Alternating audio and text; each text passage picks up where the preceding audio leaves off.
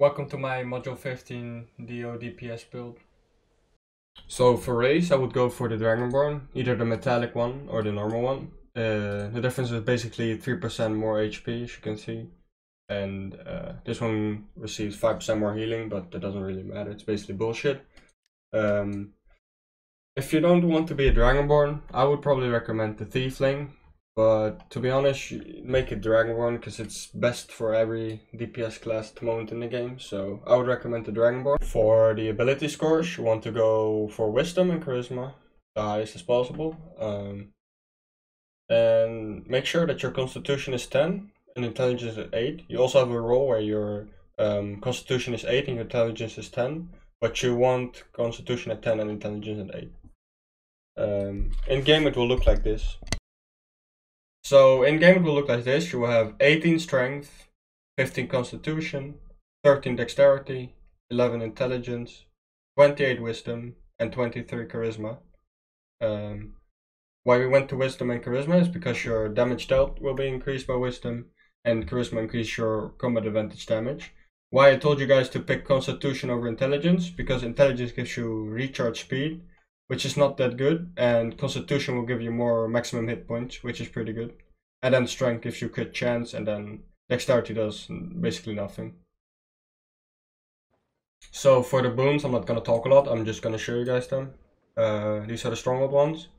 Now for the new campaign, it says that I can have another one in the top one, but it's a bug from preview. You can't have it on live, so you'll have one capstone and one for 3 for the other ones. I put them on power since the other ones are not that good. Yeah, I'll just show you them.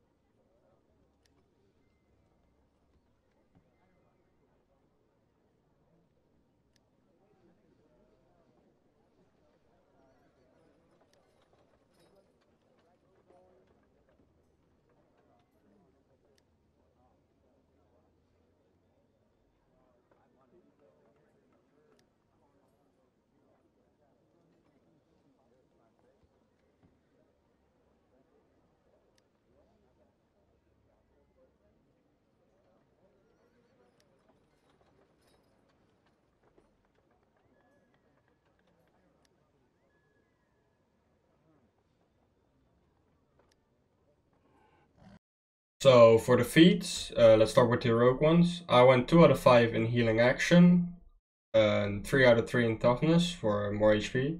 Why I picked 2 out of 5 in healing action is because I need to go to the next tree, and Greater Fortune does nothing either for DPS, to be honest. And I went 2 out of 5 in domain synergy, 3 out of 3 in weapon mastery. Increase my crit chance, and this gives me more recovery. The recovery you get from this is not a lot, but again, I would need to go to the next heroic tree to continue, so I put 2 out of 5 in that. Then I went for 5 out of 5 in Initiate of the Fate for more crit chance. The other two don't do much either for DPS, less threat, and this is something to heal. Now for the next tree, this cleanses healing as well. And this is not always up and not that good either, so I went 5 out of 5 in Bountiful Fortune, which gives me 20% more divine power. For the Paragon feats, I went 5 out of 5 in Astral Fury, 5 out of 5 in Furious Intervention, 5 out of 5 in Righteous Suffering, 5 out of 5 in Piercing Light, 5 out of 5 in Fire of the Gods, point in Avatar of Divine. Then the Fateful ones, the first 2 are just to get to this tree. So I went 5 out of 5 in Desperate Restoration. This doesn't do anything for damage, by the way. It's just to reach the next tree. And 5 out of 5 in Divine Intervention.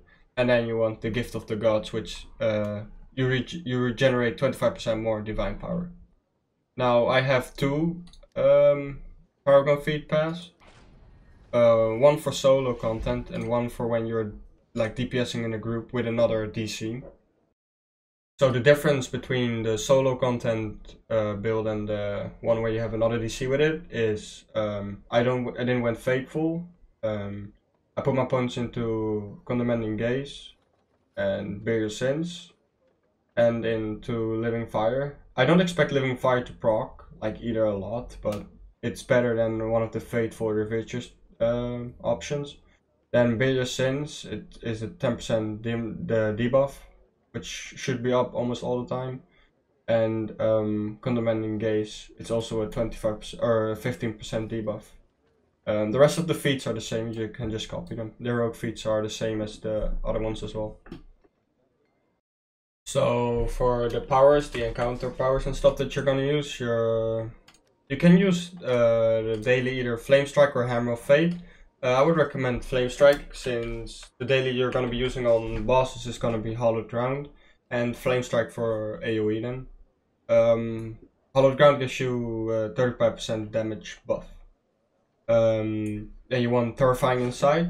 I think it's still bugged at the moment on preview. It says it increases your damage by 30%, it should, and give your teammates a 10% damage buff.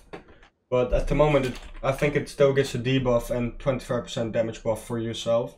But you want Terrifying Insight for sure, and you want Holy Fervor for the artifact power that you have on your offhand, which increases your damage by 5%. After dealing a critical strike, which you basically always do. So that's also a 5% damage increase right there. Then for encounter powers, I went for Forge Master, which now does a lot of damage. You don't want to empower it, but you can use it as for damage. Then Chains, it's an obvious encounter power for damage, and Daunting Light, which is going to be your single target, but also could be very useful in AoE. If you're in Divine, by the way, your Daunting Light has a bigger radius than if you're not. So I would recommend using your Divine for Daunting Light and empower your Chains when you're doing mobs. Then at Wills, I went for Lance of Fate and Brand of the Sun. On the DC, the at Wills don't do that much damage, but pick what you think is the best for your Divinity recharge, because you will need it a lot. Then I also have a second build for like solo content for powers. The only thing that I changed was Forge Masters to Divine Glow, since it has a better AoE. So that's the only difference for powers. So for companions, you want to have the Cholton Tiger as summoned. I put the Grey Striker rings on there with almost full black eyes and one gigantic on this one. So the gigantic I picked because I need to like optimize my stats to have 100% crit and a fair amount. I don't even think I have 100% armor pen, but you want 100% armor penetration for if you're doing Castle Ravenloft, but I don't really do the dungeon that much because I don't like it. Then I have a bolt necklace. Then for the active companions, you want to have an air archon, the Razorwood, the earth archon, and the fire archon. It's like the basic DPS companions. You can switch out the fire archon for the siege master if you want, but I had the fire archon, so I picked the fire archon. So for mounts, the combat power that I picked was the Bat Swarm. If you don't have the Swarm, but you do have a T-Rex, it's also a really good, it's a debuff, it's also useful. But if you really want to maximize your DPS, I would go for the Swarm. Then with the equip power, went for 4k power. Now if you need to like tweak your stats a bit to get to 100 armor penetration or maybe get a bit more crit, you can always use the crit one or the 2k power and armor penetration. Just like choose what you think is best for your statistics, but either pick between power, armor penetration, or crit. Then as the insignia bonuses, I went for Artifice Influence, Artifice's Persuasion, Protector's Friendship, Protector's Camaraderie, and Combat Maneuver. All my insignias are either Dominance, yeah, they're all Dominance, I don't have the new ones, for more power. If you need, like I said, with the equip power as well, if you need a bit more crit or armor penetration, you can pick crit and armor penetration insignias. It doesn't really matter. But since I have like full rank 40s on my whole character, I don't need crit and armor penetration, so I went for full power on the insignias. Okay, so for gear I went with the CR helmet. Gives me a lot of crit and there's some recovery. As reinforcement kit I put the 220 power one on it. It's the new +1 reinforcement kit from module 15. Then as chest piece I went for the Hex Rags, which gives me 3% more damage to my ranged powers. And has a lot of good stats on it as well. As reinforcement I put the 220 power on it.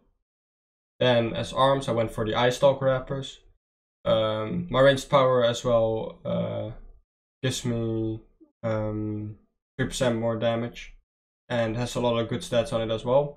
Then for the weapons, these are the new Masterwork weapons. They are not +1. The damage difference is like 2 to 3% for a +1 compared to these ones. I have not really like calculated the total difference because I don't have the +1 weapons. But if you really want to maximize your DPS, you want to get the +1 main hand. But I couldn't really be bothered that much, so I have the normal main hand. But this is better than primal weapons for a DC.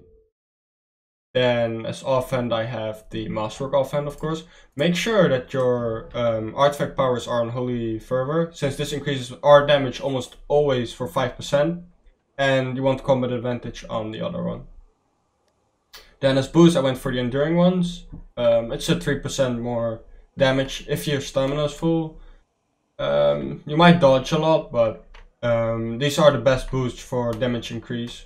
So the neck and belt and actually the whole set is just gonna be the Demo set. It's the best. If you can't afford the Demo Gorgon set, try to find some alternative gear that gives you wisdom and charisma. It will be the best, but make sure it has wisdom on it at least.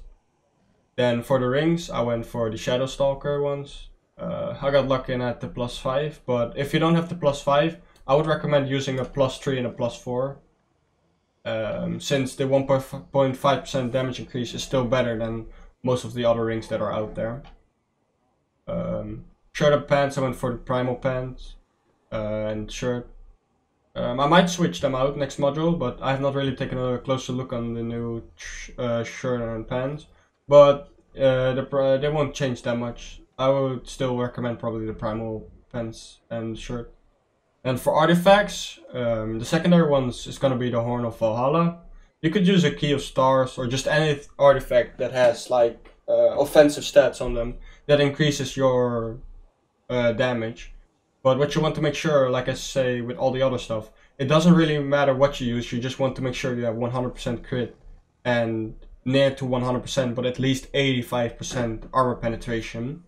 So you could use anything in these options. Then as primary artifact, on mobs I use the Heart of the Black Dragon, or if the boss, like you need to indicate on if you're going to use the Soulside Crystal or the Heart of the Black Dragon on bosses. If you think that your group is has some good buffers in there and that you can do a lot of damage on the boss and you can have your artifices up 100%, then I would recommend using the Soulside Crystal, because having your artifices up is like really important for a cleric. So if you think that you are running with some bad buffers, use the Heart of the Black Dragon. If you're running with a really good buff group and you can burn bosses, I would recommend the Soulside Crystal. Okay, so for enchantments and statistics overall, I went for full black eyes on offensive on my character itself. And on defense I went for Radiance rank 14. Like I said earlier a few times, is you want to make sure that your crit and armor penetration is at near 100%. So my crit is at 89%, which is not that bad. It sometimes fluctuates up and it doesn't go lower than this. Then my defense ignored is to 100% almost.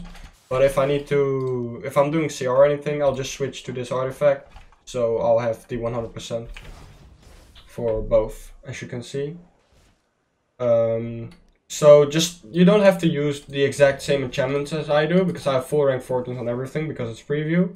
But just make sure that your crit is at least at 100% and your defense ignore is for CR at 100% and for other dungeons just close to at least 85, I mean. So to tweak your stats, you can change insignias from power to crit or armor pen depending on what you need. You can switch stuff on your pad. From black ice and gigantic things, you can use other stuff. Just in general, those small things as well with boons. I went sometimes with power where I could went for crit if I need crit, but that's like all up to you. This is what I use at the moment. So black ice on offensive and radiance on defense.